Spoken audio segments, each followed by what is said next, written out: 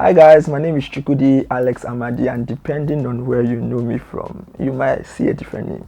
So I mean, if you know me from Instagram, you probably know me as Alex, and if you know me from school or uni, you probably know me as Chukwudi. I'm from Imo State, and my name is a guy. Don't believe all the stories you hear about Mbise people. We don't eat human beings. I'm 31. I love to dance. I'm a dancer and a banker. If I wasn't dancing, I don't know. I would carry gun. But yeah, I love to dance. Banking is my 9 to 5, so like dance is really what helps me keep the balance and helps me stay grounded. So yeah, that's me.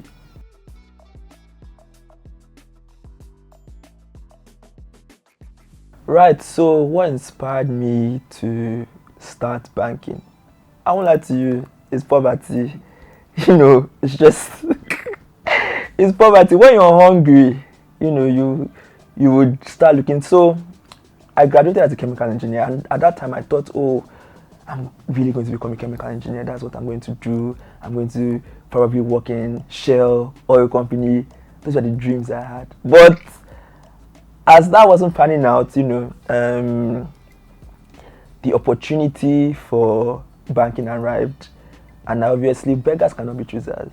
So I obviously could not sit down back home while my mates were making money, and I'll now be the one that's asking for 2K at time. Never. So that's how I really started banking. Regarding access, I didn't even start in access. I started in Diamond Bank, and I remember that day one of the EDs came to our house, and she was like, "What are my plans for the future and everything?" And then she told me that that the bank was hiring, and I should send my CV to the HR department and all that. Anyway, long story short, I wrote the test, I passed. It was a very long process, but it was good. From there, Diamond Bank merged with Access Bank, and here I am now in Access Bank. So that's my story.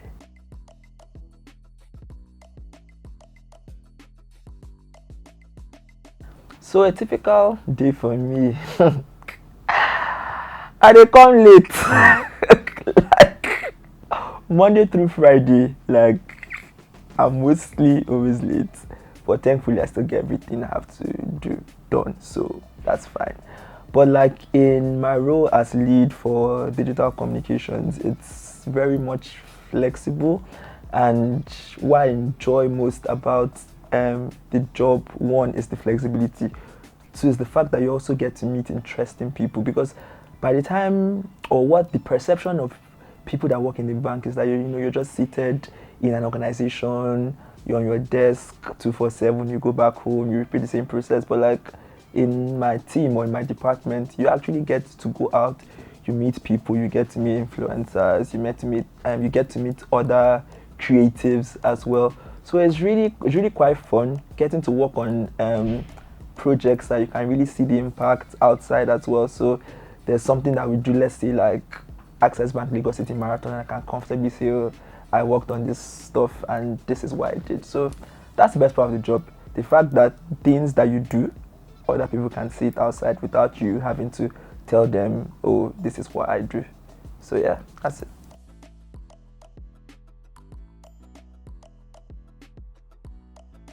Okay, so this question has come up a lot.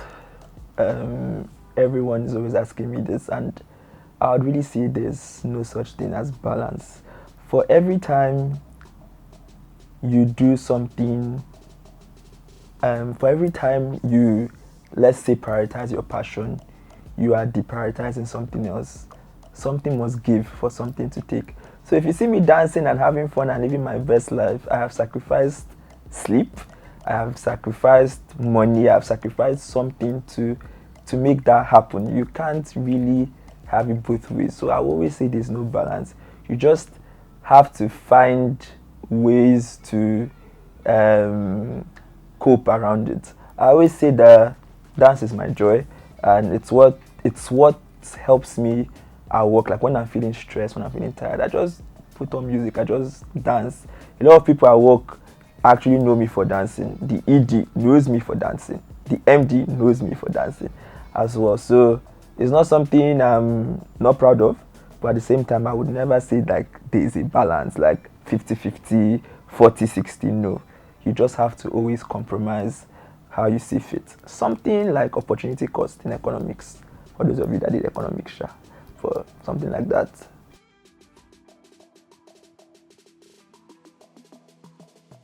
You got served.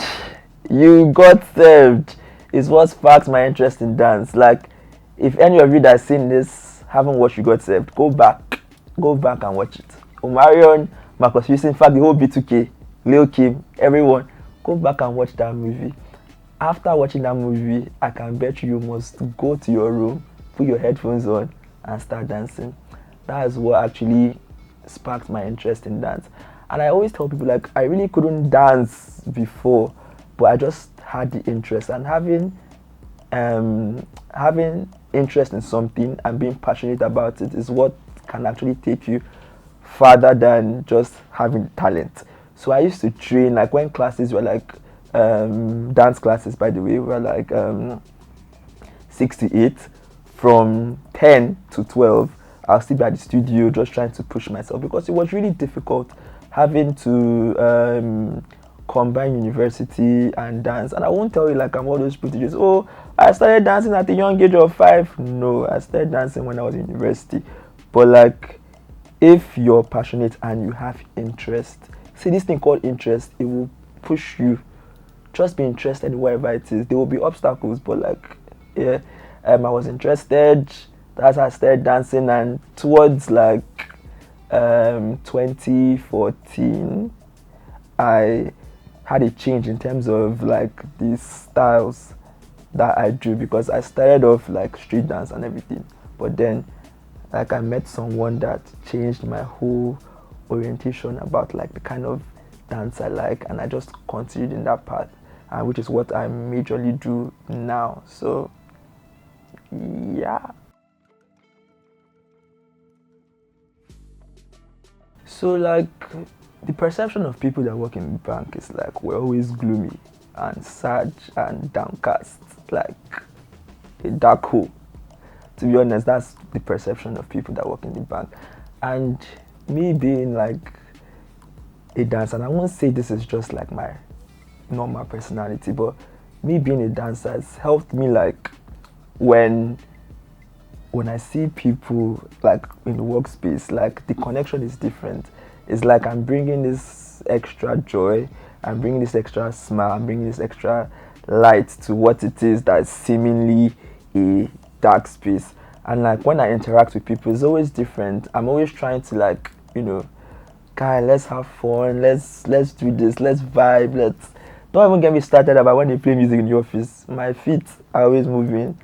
You will see me, I go to dance up, down every time. So like, this is what dance has helped me do in the office space. And obviously I can't speak for everyone, but like, this is definitely what has helped me do. The connection with people is definitely different. And once you can just, bring that extra light into someone's day, I mean, like, you're already halfway there. So yeah.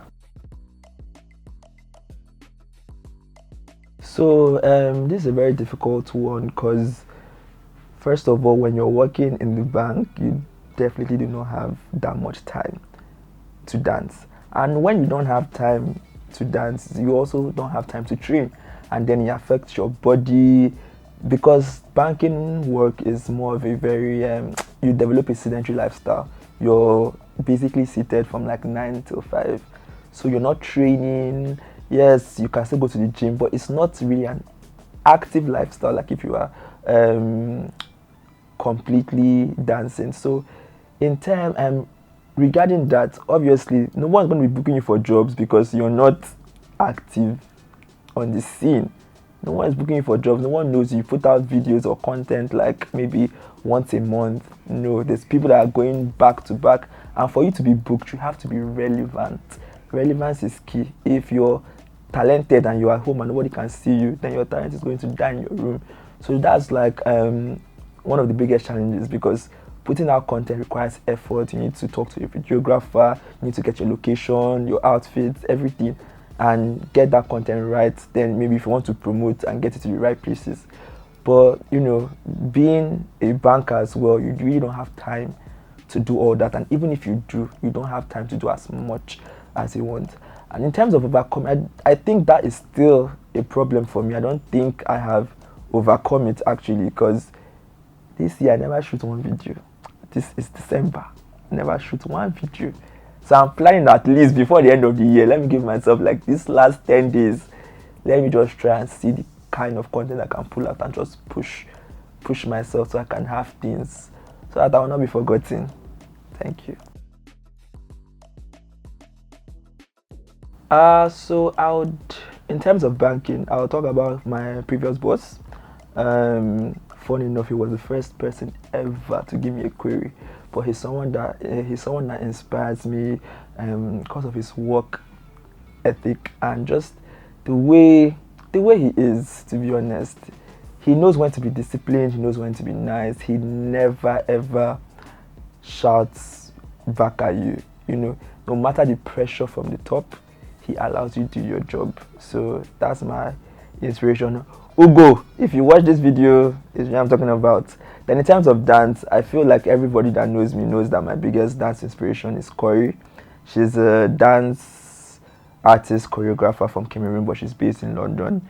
And she's also the one that got me interested in Cupid Kali as well.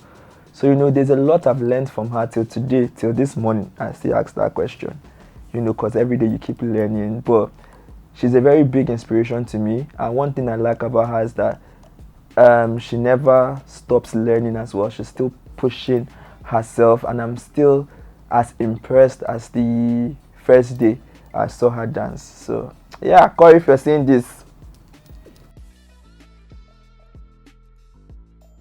So, proud moment in banking would definitely be where I was promoted from an ET when I just started to an assistant banking officer to a banking officer to a senior banking officer, which is where I am now.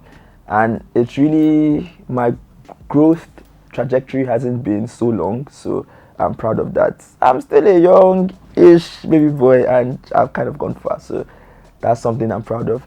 In terms of dance, probably would be when we started Oya Dance, which is a kind of dance festival. In fact, that was the idea. But, you know, we started this thing in 2016, that'll be 2017. And at the time we started, I didn't know anybody in the dance industry because I was just coming back from UK. And it was difficult for me to connect with people. So I made it a deliberate thing. I took so many classes, and not just to learn, obviously, but to also network, connect with people, because I knew I wanted to do this thing. And I knew I needed like people's buy-in, how to work and all that. So it was a proud moment for me. We did 2016 workshop was 3 days. It's difficult to pull a workshop in Lagos for just 1 day. We pulled this workshop 3 days, and each day more people started coming. So, you know, it was a very proud moment for me. Shout out to what will I call you people now? Shout out to the people I worked with, my art emotion guys, Humphrey, Ayo, Favor. You guys are the best. Yeah, we need to get back and do another one. So you see this question about future aspirations. It's always a very, very difficult thing. And I just don't want to say I want to make money. But let me even start with dance. So I think at a point I wanted to be known for something. Like when people like hear Kupidikali music, at least in Nigeria, they're like, oh, Alex. They hear this sound outside and they're like, oh, it reminds them of me. But at the same time, I wanted to take the style far enough in Nigeria, because a lot of people don't know the style, they don't do the style. Maybe they've heard 1 or 2 or 3 francophone songs. It will not pass Awilo or Magic System or Kofi Olomide. They don't know the difference between Kupidikali and Ndombolo and things like that. So one thing for me that I wanted to do, and I am still trying to do, is get to that level where people now know the difference between these styles. People now even know of the styles, because one thing with Nigeria is that we are good. We can see and easily copy, imitate, get it done, but I feel like we also need to have the knowledge behind what we are doing as well. So that's one future aspiration for dance. I'm sure people are thinking that I will say I want to build studio. I want to build studio. Let's leave it for people that want to build studio and run their studio and employ people. Ain't gonna be me. But yeah, in terms of banking, I really don't know. Yeah, I don't know. For now, I just want to keep growing, but I really don't know. So I feel like most people don't know the why of what they are doing, basically. So you have like a passion for this and that, but like, why are you doing it? Do you just like to do it for fun? Is it something that you want to get an income out of? Do you understand? So having multiple passions or trying to balance things, first of all, is a difficult thing. And if you've gotten to a space where you can make a compromise and it works, that's beautiful, that's perfect. But I only say, always know your why. Why are you doing this? What are you going to get out of it? What's the reason behind it? And once you're grounded in your why, then you can now branch out to other things. But if the foundation is messy, then you'll just be doing things. You will just, they dance every day, they post video every day, they get views, but you don't really have a trajectory. You don't know where you're going. Basically, you're just following anywhere benefits, where breeze is blowing, you're going. So always know your why. Even when you've gone far, you can always come back. Why am I even doing this thing in the first place? And that's what will always keep you on a straight path to success. You feel me? So I mean, there's a couple of things that I love to do that I do not know how to do. I'll start with singing. See, if I could sing, people will not hear the last of it, but unfortunately, God had made it so that I have one of the worst voices in this world, probably. But singing is something I enjoy. I mean, inside the bathroom, Beyonce can't even touch me. Who is Beyonce? Really? Who is Whitney Houston? Bless her soul. But but like, singing is something I enjoy. I have a couple of friends that sing. Jerry, Loven, where they sing? Gideon! I can't forget Gideon. Bestie. Okay, so yeah, I like going to the beach. Going to the beach through the sandy parts. By the time you enter water, carry me out. But one thing I really love to do is oil paint on canvas. I haven't done it in a while. Something I used to do when I was in secondary school, but they said I must do sciences, so I kind of left it. But it's really something I like to get back into doing. So yeah, painting, beach, singing. So you can follow me on Instagram at ALEX CHUKWUDI _. That's ALEX AMADI _. And that is the same for Twitter as well. No on Snapchat, Facebook. No. Yeah, I guess that's it. So just Instagram and X. Yeah, ALEX CHUKWUDI _. Yeah.